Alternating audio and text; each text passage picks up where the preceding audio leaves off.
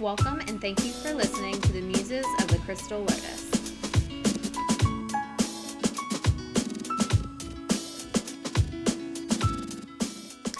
Welcome to another episode of Muses of the Crystal Lotus. I am Shauna. You know Stephanie by now. Stephanie and I have been having some odd conversations lately. Stephanie learned a new word She's today. making fun of me, folks. I'm just going to throw it out there. Not making fun. She's making fun of me.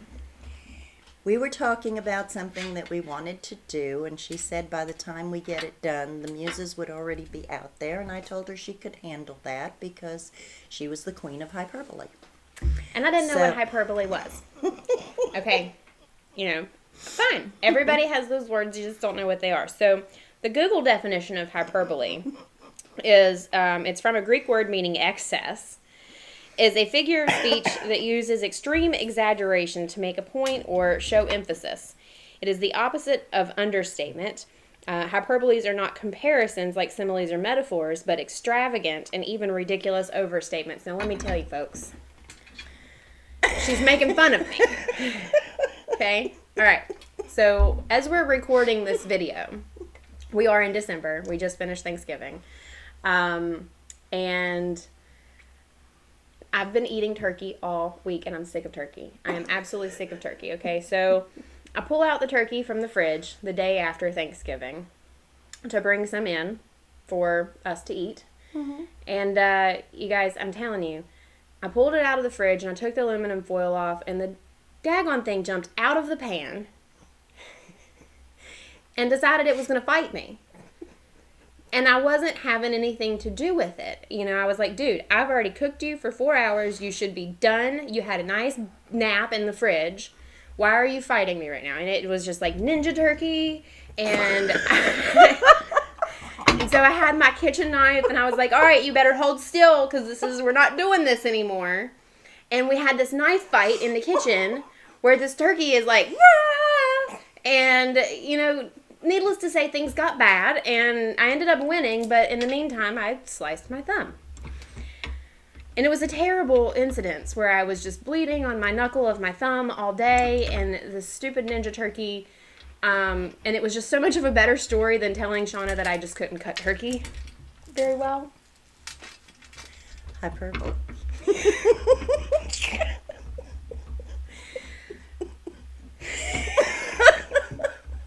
And I'm sure when we watch this episode back to see what needs to be cut out. All of this is going in it. I want everyone to know how crazy I am. It's okay. Oh my. Okay. So anyways. Well, it's nice to start the day out with a giggle. Hyperbole, folks. Hyperbole. Okay. We wanted to also talk about New Year's resolutions. And I realize that this will be airing a couple of weeks after New Year's. But that's the point, right? That's the point. We all make New Year's resolutions, but a couple of weeks into it, it's like, oh, why did I do this? I'm not doing this. It's not working for me. So what we were talking about was, why did you make the resolution? Was it because, let's say it's quitting smoking. Is that because you want to improve your health? Or is that because I'm constantly nagging you about it? People are nagging you about it.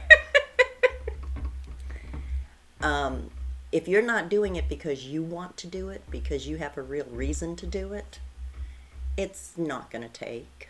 I don't care what kind of willpower you think you have, but it's not going to take if you're not the one who made the decision that you want to do it. Well, willpower is a very tricky thing, and it shows up all the time when I'm coaching clients through lifestyle changes and dietary changes. Because I always hear, I just don't have enough willpower to do this, or I don't have enough willpower to stay away from sugar, Mm-hmm.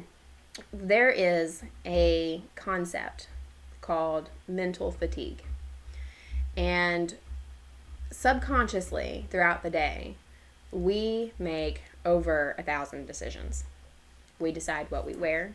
We decide what we eat. We decide what route we're going to take to go to work. I mean, there's all kinds of decisions that you don't really even know that you're making. Needless to say, once we get to work, then we have to decide how we're doing things, if we're going to talk to so-and-so, when's lunch, when's break, you know. How many questions come up at work? Exactly. There's so many things that we have to use brain power for. And so the concept of mental fatigue is that once you hit your threshold of conscious decision making or even subconscious decision making, your ability to make decisions begins to decline after so long. It's literally the mental fatigue aspect. And so when we're talking about willpower, you know, if we're holding ourselves to this idea that we're going to not eat sweets all day long. So you consciously make the decision for breakfast, you're going to have something like eggs and bacon. And you consciously make the decision for lunch, I need to stay away from the muffins, so today I'm going to have carrots and hummus. And then we consciously make the decision that I'm not going to have sugar for lunch, so I need to make sure that I do something. Well, by the time you get to dinner and after dinner, like the bedtime aspect, because of everything else that we've done throughout our day, we're not making those decisions to stay away from nothing. Give me all of the ice cream right now. So when we're talking about, I like to take willpower out of the equation because it technically doesn't exist. It's not an existence. Okay. Personal determination. It's intrinsic motivation. It's your why. And when I start working with clients, I really like to get them thinking about their why. It's one thing to say, okay, I want to come in and I want to lose weight. Why? Oh, because I don't look as good as people in the... Well, that's an external reason. Yes. If you can tap into those internal reasons, you know, I want to maintain my health so that I can live a playful life to raise my daughter. That's an intrinsic motivation. That's something that's coming from inside you. That's not an external force.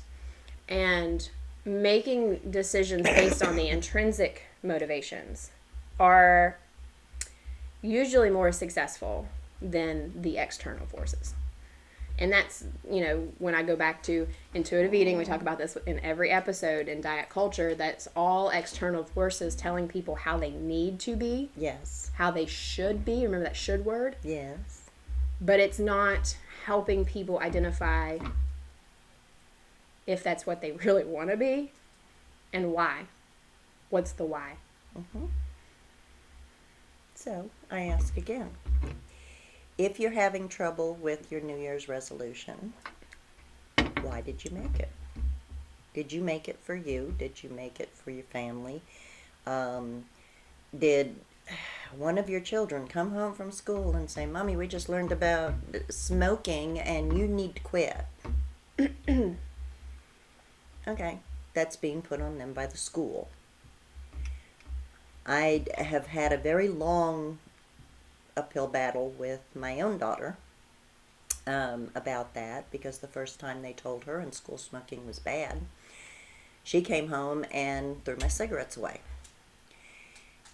And I was like, okay, first off, you don't just take somebody's personal stuff and put it in the trash. You ask first. Second, that's not going to make me stop smoking, honey. Well, don't you want to be around to see your grandchildren? I will be around to see my grandchildren. She was probably about 8 when she started this. My daughter's 48 now. It's been a very long road. And I'm very proud to say I have stuck around long enough to see my great-grandchildren. So... You have to decide what your motivation is. I didn't have any motivation. And paint the picture. You know, you always hear things like creating vision boards, and it sounds so taboo. I mean, you know, oh, I'm going to create a vision board. Woohoo. Cut magazine clippings. Woohoo. But technically, when you're creating your wellness vision, when you see and you can actually paint the picture of where you want to be, that helps with the motivation, the internal motivation as well. Those are like little things that can help. Yeah, but the more somebody badgers you about breaking a bad habit like that, the more you want to say, go yourself, because it makes you want to do it more. You're tired. Most people, most humans, rebellious. the more you tell them they have to do something or they can't do something, they want to do it 100 times more. Absolutely. And it's just human nature. That's a huge component in intuitive eating, and the aspect of that, we need to break up with food rules. We need to break up with restrictions. The food police, who are they? Why do they care? Why do they matter? Food police are everywhere. Like, your mom that says, oh, you looks like you've gained some weight. You should probably lose 10 pounds. Those are food police. Or you shouldn't eat so much. Are you sure that you need a second plate? Those are food police people. But the moment that you start putting restrictions on people and saying you can't have anything, you can't have gluten, you can't have sugar, then our inner rebellion kicks up and says, watch me.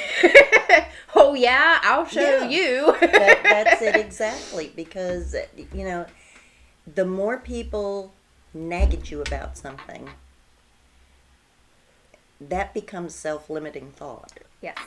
And when you get to that point, it's like, well, okay, and I've used this one. This is not a good one to use, but I've used this one. I used it for years. I am a being of free will. I will do what I want. My life is already predetermined. I know when I'm going to die. And it's not going to matter whether I'm smoking or not. It's not going to matter if I'm driving a car or not on that day. I mean, we live a linear existence, people. At some point, we're going to die. I would rather live while I'm alive. That's just me. But when we talk about making resolutions to do something, we're giving ourselves a deadline. This is what we're doing. We're saying by June next year, I want to be completely free of nicotine. Okay. And it doesn't always work that way if it's somebody in your ear telling you need to quit smoking by your next birthday. Well, there's nothing wrong with making goals and giving ourselves deadlines. We do that in every aspect of our lives. We do that in business. That's something that me and you, we absolutely know this is our goals. This is the deadlines. We want to achieve these goals. Manifestation work. I mean, there's all kinds of things that we give ourselves goals for, and there's nothing wrong. And we're not saying that there's anything wrong with giving yourself goals and deadlines, but we also want you to be mindful of shit happens. Beep. And so when we are faced with things like that and it doesn't work out to your expectations, we need to use that as a learning, but then we need to do the investigative work and the exploratory work as to, was it something was there a problem with the goal to begin with? Was the drive external versus internal? Was the deadline not realistic? There's all kinds of different factors that can inhibit you completing your goal. And if you don't complete it, though, you have to give yourself the grace. There is no self-destruction that needs to occur when we don't meet our goals. And we're all guilty of that. We're all guilty of, oh my gosh, I didn't do it, so therefore I'm a terrible person. I've done it. I know you've done it. We're all guilty of it. But learning to accept and give yourself grace and then just become an investigator into the goal itself and the situation surrounding the goal can really help you then progress forward into modifying the goal to be more achievable and realistic, or a different variation of the goal that will suit you better and is more internally driven than externally driven. So in a roundabout way, we're actually both saying the same thing. It's just I like to play devil's advocate. If you made resolutions and you're not holding up to them 2 weeks into them, stop and reevaluate the goal. Stop and reevaluate the reason you made the resolution. Doesn't mean you failed. It just means that maybe you have to modify the terms. And if you need help doing so, Call Stephanie. Well, I mean, anybody, depending on what your goal is. Well, yeah. You know, if your goals were for health related and holistic lifestyle purposes, you know, call us. That's what we're here for. If your goal is spiritual, call her. That's what she's here for. You know, even if you just need somebody as a sounding board in some of your other goals, I mean, we're always here to listen. So, yeah, because that's who we are and what we do. yep, we help people shape goals. We have made many, many resolutions and set many, many goals. But what I have learned over the last 5 years is that when you set a goal, when you're manifesting something, you have to believe. You just have to believe you're already there. And I lost that for a little bit a couple of years ago, but got back on the track. And the goals that I set 5 years ago, by the time this is out, will hopefully have been reached.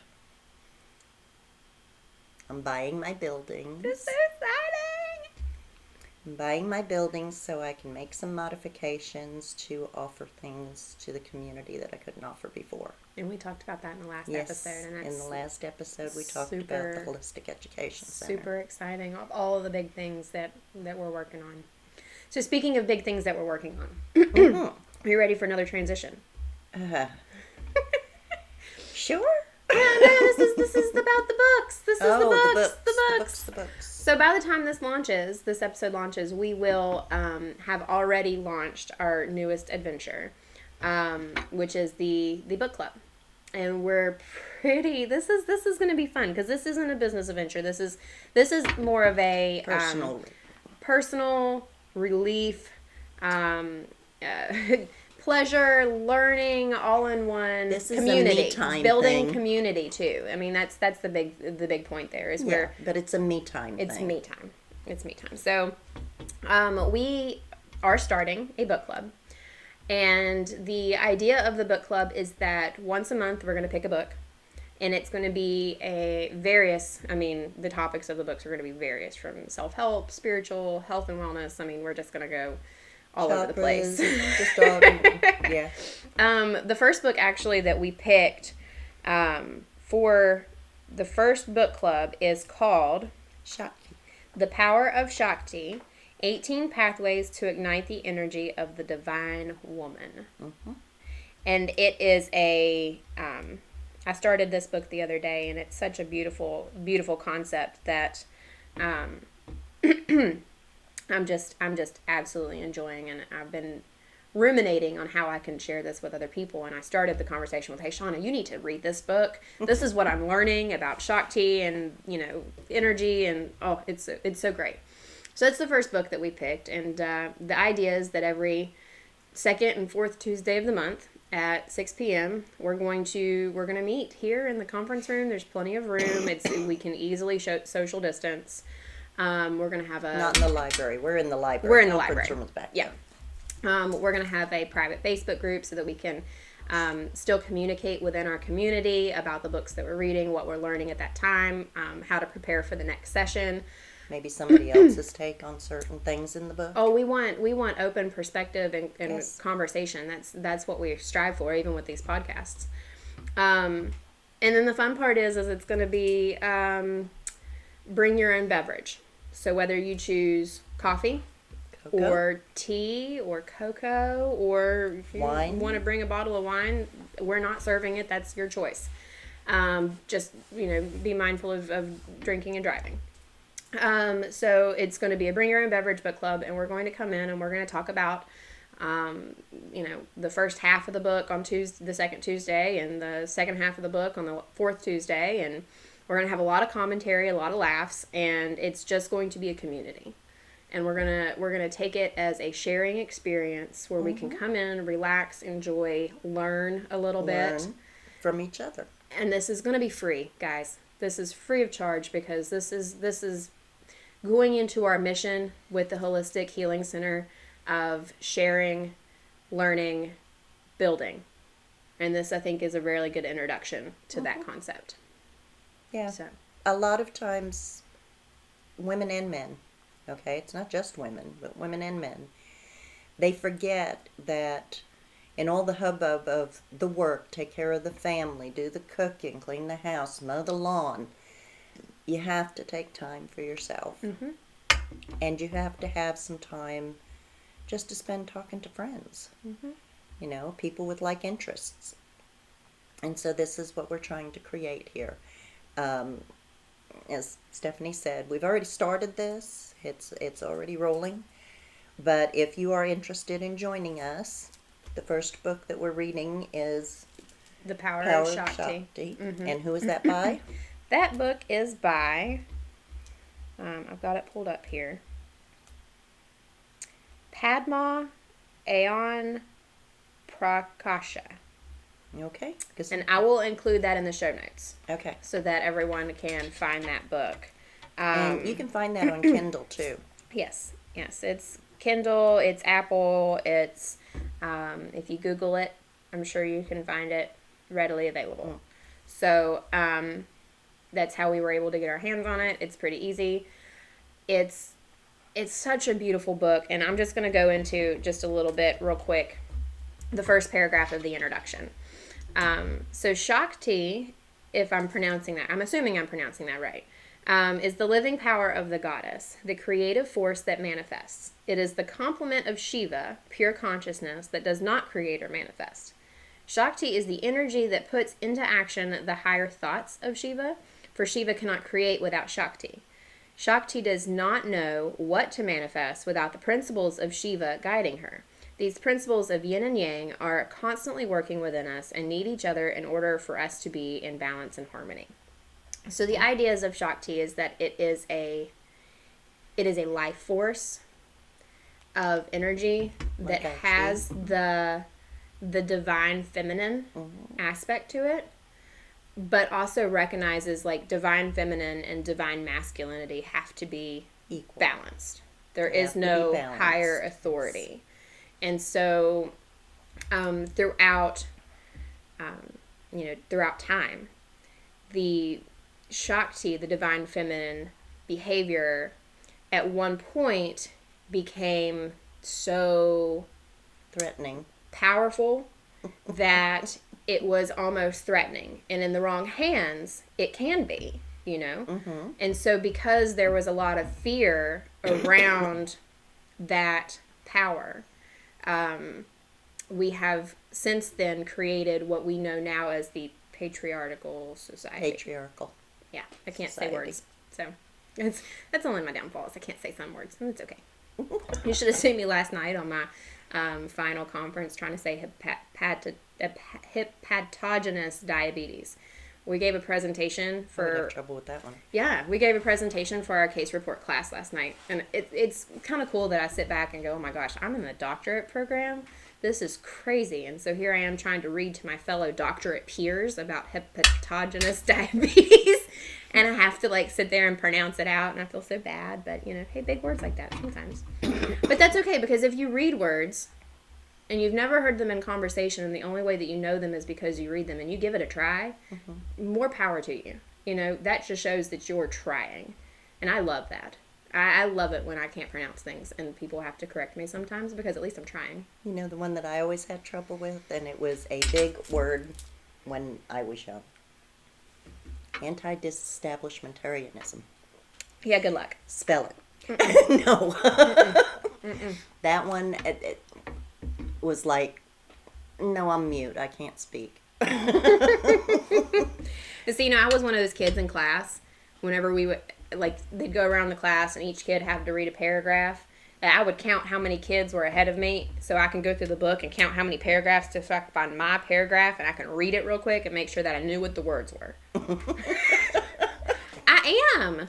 But see, since then, I used to be when you do presentations and stuff for the class, I used to want to go last, But then I started realizing, just do it first. Do it first, get it done and over with, and then you're done. And so I stopped doing that, and I started volunteering first. Mm-hmm. And that within itself is, at first it was super scary. My heart would race, and I would get all sorts of nervous and stuff. And But that's kind of like a good type of stress. It's because there's good stress and there's bad stress. And so the good stress is what helps us grow. And I really feel like that has been empowering for me personally to take that leap into volunteering to go first on my presentations, because now it gives me more confidence within myself and my ability to present and talk in front of people. Because talking, this right here, what we're doing right here, and being on camera, this wouldn't have happened 2 years ago. You know that. When you first met me, you know that this wasn't going to happen 2 years ago. This wasn't going to happen, period, But- for me until she decided to drag me in just so she'd have support. Somehow, somewhere, some way, I started just talking, and I ain't shut up since. Well, as long as what you have to say is important. I mean, look, I look like a ghost. Sorry, guys. We're going to get a new camera. Just be aware that in some of our upcoming videos, it's going to look a lot better in quality, and we appreciate you watching as our lights make us look like ghosts from time to time. It's just showing that beautiful aura around her. I'm glowing. Oh, You're look, glowing. there we go, glowing. You know that our viewers probably think we're nuts. I hope they do. I hope they do too. I mean, having a sense of humor is probably the only way that anybody can get through a lot of the trials that we have to face. If you take everything so dead serious, Oh, yes. It's just, you have to find the humor in it. Mm-hmm. If you can't find the humor, that's when you get all stressed out. That's when people start really getting angry, and it's just, find the humor. Speaking of humor, so on my Rediscover Health Instagram page, I realized that I was just posting so many like health things, like inflammation is bad, and all of the serious stuff. I was like, you know what, I need to make a little fun. So I started every sixth post is a joke, some kind of health, lifestyle, nutrition joke, and I posted one the other day that got so many likes. It says, "Throw your chocolate into the bush. If you have to hunt and gather it, it's paleo." Okay, I can see that. So, I mean, it just gives you that moment of taking a serious topic, like, health and wellness, and making fun of the situation, because, it doesn't have to be so serious, and once we make it so serious, it becomes so hard. And tedious. And, I think I was having the conversation with one of my clients the other day about the pressures that we put on ourselves when we go down a health journey, because we take it so seriously all the time, and then once we start taking it seriously, it doesn't become fun anymore. And when it's not fun, we don't want to do it. So we need to figure out how we can start making this more fun and revitalizing. People love mulberries. You want to make it fun? Hunter-gatherer? Climb a tree and eat a bunch of them before you start loading up your bucket, and then come down and look at yourself in the mirror. Little face all Never over. had mulberries. Mulberries are awesome. I love them. We used to have a huge, enormous tree. Of course, it might have been enormous to me because I was, little, but out in our backyard. And my great-grandma, would send us out with these little, like, trick-or-treat buckets and say, fill it up and bring it back and we'll make some jam. Okay. Well, me and my brothers would go out, we'd climb the tree, we'd sit in the tree. It'd take us about 3 hours to come back with maybe a half a dozen in the bucket, because every time we picked them, we'd eat them. And, and she'd just laugh. And I knew that as an adult, she did that just to get us out of the kitchen while she was trying to cook. Yeah. So, but it was fun for us. Yeah. And that's a good way to say, okay, I am going against my diet. I'm going to eat as much as I want of this. Go find a mulberry tree. Mulberries are very healthy for you. We used to do the blackberry picking, and I miss doing Same that. thing But with we would blackberries. have our hands would be so stained afterwards because Mulberries we just do the same thing. squish. And making blackberry jam and jelly, I mean, that's messy too. It's messy, but it's relaxing. It's Yeah, fun. I miss doing all that. I love making jams. I think for 2020 was such a toss-up. It was just one of a million kind of years, To me, it was a very toxic year. Well, because it turned a lot of people from hope to just despair because of all of the nonsense but going on. I had this conversation with my husband where 2020 felt like it lasted so long, but it went by so fast at the same time. It did. It was crazy how that works. But because of so much that has happened in 2020, I don't remember 2019. And you know what that means, though? What? Is that I have not been living intentionally. I have not been giving myself and the things that I do enough appreciation to be mindful enough to remember. And Well, that is... You have to remember, front and foremost, okay? You are working a part-time job. You are working a full-time business. Two businesses now. And you are also in the doctorate program. Okay? If 2020 was a blur, that's probably why. Well, yes, but I do think that the biggest lesson I've learned from 2020 is to start appreciating more moments better. Because you just never know when those moments are going to change. I think what I took from 2020 is that 2020, hindsight is always 2020, and I'm so glad it's behind me. 2020 was a mixed blessing for me. One minute it was just absolutely devastating, and the next minute it was rejuvenating, and then it was devastating again, and it was a roller coaster. And I am very happy to have it behind me. Well, here, and I hate to be Debbie Downer, but this is my turn to be devil's advocate. Okay. Yes, I learned a lot that I needed to learn. Well, no, I just see all of the posts. I see everybody talking about how they just can't wait for 2020 to be over. They're ready for 2021. It's going to be, you have to make it a better year. Hopefully it's better. Guys, time moves forward and doesn't end on December 31st. That's right.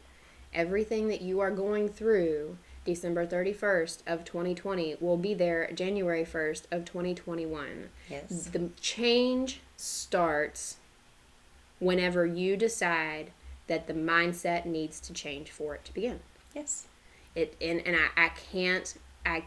cannot express that enough. How many times, I have to bite my tongue when someone says 2021 better be a better year. Guys, it doesn't stop. It's going to continue. We make our own realities. So if you want a better year, you need to change your reality. Exactly, because it will not just stop the moment that the clock strikes midnight. No. You will wake up the next day and everything, your boss, your job, your work, your life, your health, etc., the pandemic, it's going to continue. It's just not going to stop until you decide to change it. Well, I know in 2020, as I said, we had devastating, we had rejuvenating, we had many blessings that I can't even begin to count for personal goals as well as store goals. Okay, but I won't lie to you. There were times, and there have been times, when I wanted to go caveman, just run screaming through a marsh naked and just beating on trees and, just get it all out. And that was my humor side that I saw, and I kept picturing myself doing that, and it's like, oh God, somebody's probably got a camcorder on me or something, so we won't do that. But you have to be able to see the humor in a situation in order to appreciate the depth of a situation. You can't just look at the surface and say, this is going to suck for the next 6 months. It's not going to suck for the next 6 months. Look below. See where you can find some joy. See where you can find some humor, and grab that every day. Yeah. That's what gets you through it. Yeah. It's been a lot. It's been a crazy year. I still think there were more challenging. I've had more challenging years. I don't think this tops it for challenging. But I think every year is going to present a challenge. Because there's all kinds of lessons we have to learn. Yeah. And that's But if what we need to look at it as those lessons challenges, to learn. we don't grow. Exactly. You know, We it's don't how adapt. We it's don't. how we handle those challenges, whether we grow and adapt, Mm-hmm. or whether we stagnate and wonder why our life isn't going where we want it to. Exactly. So, you know, it's all up to us, guys. Yeah. There is the only thing that you can control is yourself. That's it. And that's in pretty much any aspect you want to talk about. Spiritual, health. The only thing we can control is ourselves. So. Well, a lot of people would, devil's advocate again. A lot of people will say, well, I don't have any control over myself. It just does what it wants. I'm sure I have an answer for that somewhere too. But I know that you have to make the decision about what you want and work toward that. You can't just say, I'm going to do this and it's going to be wonderful, and then sit back and wait for it to happen. Mm-hmm. Any kind of goal that you set takes work. Oh, yeah. And you just have to accept that. It takes work. Yeah.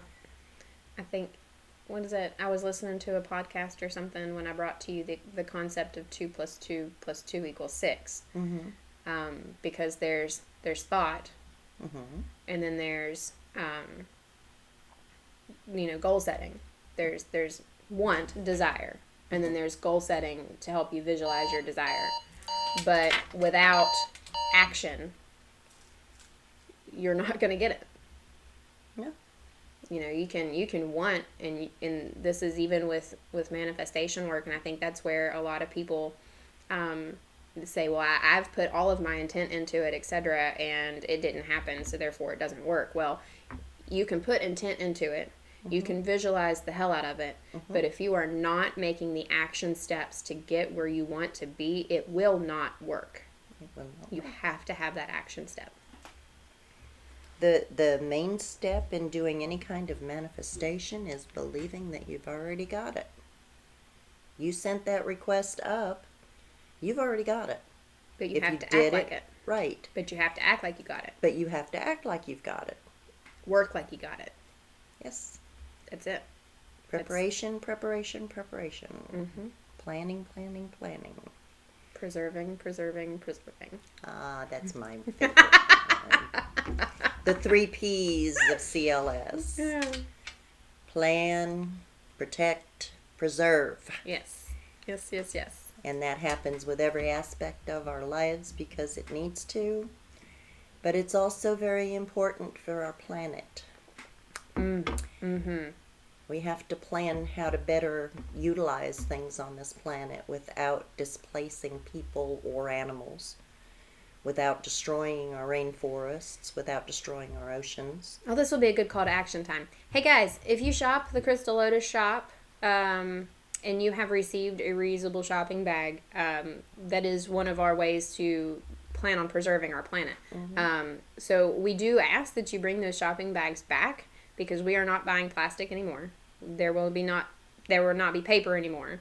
There will be reusable shopping bag or carry out options. And she bought a lot of bags to give away to the first time to customers for free. And those do cost money. And so that was, something that we were, venturing down to kind of help the community by giving them the first bag for free, and then understanding that, bring this bag back because we're not going to be ordering plastics anymore. To get a second bag, it is $2, because we are on the supply of those. But this is the understanding, and I think we haven't expressed this enough. Like, we are not purchasing any more plastic bags. Like, we are reusable The only. reason we're moving away from the paper bags, like the craft paper bags and stuff, They're not sturdy. and not because they're not sturdy. It's because unless it has that recycled paper stamp on it, they're cutting down trees for paper. So Well, then there's the aspect is there's still you still have to recycle. There's that action step there. You Yes. can have a recyclable bag, but unless you're recycling it, it still doesn't count. that's it. And so there's that part too. These the bags that I got are nice bags. You can use them at the grocery store. You can use them for shopping here, any other place. I have one friend that her daughter uses it as a book bag for school, which is wonderful. I use but it they're all the pretty time. sturdy, and it's just a way of saying, okay, let's stop the damage. Let's stop polluting the oceans because we're running out of landfill room, so everything's getting dumped in the ocean. And, you know, the animals in the ocean don't want it either. Yeah. So this is one of our ways that we're protecting the world one bag at a time, right? Yep. And so we plan and we prepare And for we what's preserve. coming up. We protect and we preserve that protection to keep everything where it's supposed to be. You know, global warming, a lot of people, oh, it's not real, it's not real. Well, you know, I used to say that too. But when I start looking at all the coral beds that are bleaching, okay, that's the earth trying to tell us something. Well, I do believe, though, I wholeheartedly believe that, very similar to viruses, when the earth gets tired of being damaged, the earth will correct itself. It will. And it will correct the problem like an immune system gets rid of a virus. And if we're the virus, guys, The earth will correct it. I wholeheartly believe it. And that's the scary part, is that Welcome we to the don't Ice want Age. to we don't want to do that. We don't want to get to that Well, point. here's the other thing. She will survive. Devil's advocate again. They are spending so much money looking for a new planet for humanity to colonize. There is nothing wrong with the planet that we're on if they would just stop wasting resources Take and that protecting money them. and yes. Use it to clean up the oceans. Yes. Use it to replant We want rainforests. to talk about wastes of money and how we could better use things for what we've got, guys. That's a big one. And tearing down a rainforest, cutting down a rainforest to plant one specific type of tree is not beneficial to the world. Well, and It's only this is beneficial to the ones who want the oil from that tree. But this goes beyond, and this is a very controversial topic that nobody really wants to hear. Electric cars, all of the solar panels, these things, they all the batteries, they take specific minerals too. Yes. Just like coal, just like oil, natural gases, these things take specific minerals that you have to harvest in the same exact way. Yes. And it's going to be just And I as know it detrimental. sounds hypocritical Because we've all got one. because we've all got one. It's fact, it's known. That's just that is But that's our lives now. Yeah, that's what it is. I mean, and it's just unfortunate. So, but if we were to take and just reinvest some of that money in a way that we can actually try to help, it would Yeah. we have the ability to make changes. Yeah, it's just that there are a lot of people out there that are making money off of the status quo and they don't want change. So the summary of this is we love Mother Earth and we A want to lot. protect the Earth. So A lot. when you're talking to us, we're trying to figure out how we can do it, and we start one bag at a time. Yes. Little things. Little things. We can't change the world necessarily, but But we can change our what little we corner. do. We can change ourselves. We can change our little corner. Controlling only what we can control, right? Yes. All right. Well, this has been a great episode. We've talked about a lot of interesting things today. We invite you to like us on YouTube or subscribe to the YouTube channel so that you can stay up to date with the episodes as they launch, and to share with your friends and family, because sharing is caring. Leave us comments if there's any particular topics you'd like us to touch upon. We've got an opinion about everything. Oh, yes. Make sure to like us on Facebook at Crystal Lotus Shop, SHOPPE, and on Instagram at CLSWV. Visit our website, www.clswv.com, and the shop is located 89 Old Main Plaza, St. Albans, in case you want to see us. All right, take care, and we'll see you next time. Bye, everyone. Thank you for listening to the Muses of the Crystal Lotus. I hope you enjoyed today's episode. Just a reminder that this podcast is for educational purposes only. This podcast is not a substitute for professional care by a doctor or other qualified medical professionals. By listening to this podcast, you agree not to use this podcast as medical advice to treat any medical condition in either yourself or others. Consult your physician for any medical issues that you may be having. This entire disclaimer also applies to any guests or contributors to the podcast. Under no circumstances shall the Crystal Lotus shop, any guests or contributors to the podcast, be responsible for damages arising from use of this podcast. Until next time, healthy blessings.